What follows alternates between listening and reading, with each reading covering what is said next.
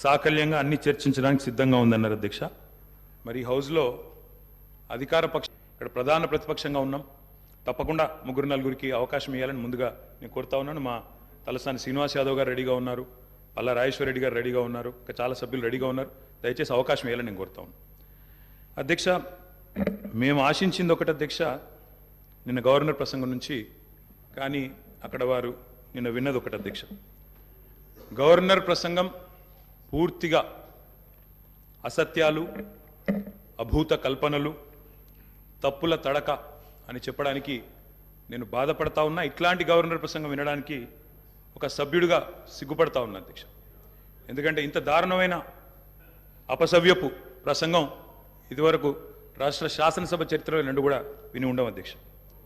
ఒక్క మాటలో చెప్పాలంటే అధ్యక్ష, 1000 ఎలుకలు తిన్న పిల్లి కదా తీర్థయాత్రలకు బయలుదేరినట్టు చేయాల్సిన దారుణం అంతా చేసి, ఘాతకాలను చేసి, చాలా అద్భుతమైన ఉపన్యాసం కేవలం 10 సంవత్సరాలు ప్రభుత్వం నడిపిన వాళ్ళ మీద నెపాన్ని నెట్టే ప్రయత్నం ఏదైతే కాంగ్రెస్ ప్రభుత్వం చేసిందో అధ్యక్ష, దీన్ని నేను పూర్తి స్థాయిలో తూర్పారబడుతున్నాను, తప్పుపడతా ఉన్నాను అధ్యక్ష. అధ్యక్ష, ఈ దారుణమైన గవర్నర్ గారి ప్రసంగం చూసిన తర్వాత, దారుణమైన ప్రసంగం చూసిన తర్వాత కాంగ్రెస్ పరిపాలనలో రాష్ట్ర భవిష్యత్తు రాబోయే 5 ఏళ్ళు ఎట్లా ఉండబోతుందో చాలా స్పష్టంగా నిన్న పూర్తి స్థాయిలో మాకు అర్థమైంది అధ్యక్ష, రాష్ట్ర ప్రజలకు కూడా అర్థమైందని నేను అనుకుంటా ఉన్నా అధ్యక్ష. అయినప్పటికీ వాస్తవాలు, ప్రధాన ప్రతిపక్షంగా వాస్తవాలు ప్రజల ముందు పెట్టాల్సిన బాధ్యత మా ముందు ఉంది అధ్యక్ష. కాబట్టి తప్పకుండా అవన్నీ కూడా చెప్తాను అధ్యక్ష. అధ్యక్ష, మా జగిత్యాలకు సంబంధించిన కవి గారు అలిశెట్టి ప్రభాకర్ గారు ఒక మాట అన్నారు అధ్యక్ష. ఒక నక్క, ఇది ఆయన కవితను కోట్ చేస్తున్నాను అధ్యక్ష, ఒక నక్క ప్రమాణ స్వీకారం చేసిందట ఇంకెవరిని మోసగించనండి. ఒక పులి పశ్చాత్తాపం ప్రకటించిందట తోటి జంతువుల్ని సంహరించినందుకు.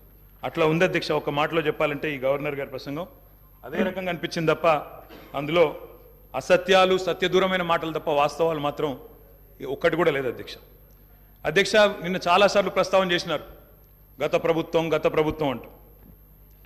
అక్కడున్నా, అక్కడ ఉన్నా, ఇక్కడ ఉన్నా, ఎక్కడ ఉన్నా అధ్యక్ష మేము ప్రజాపక్షమే.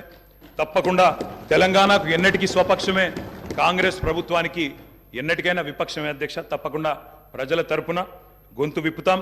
అందుకే గతంలోని వారి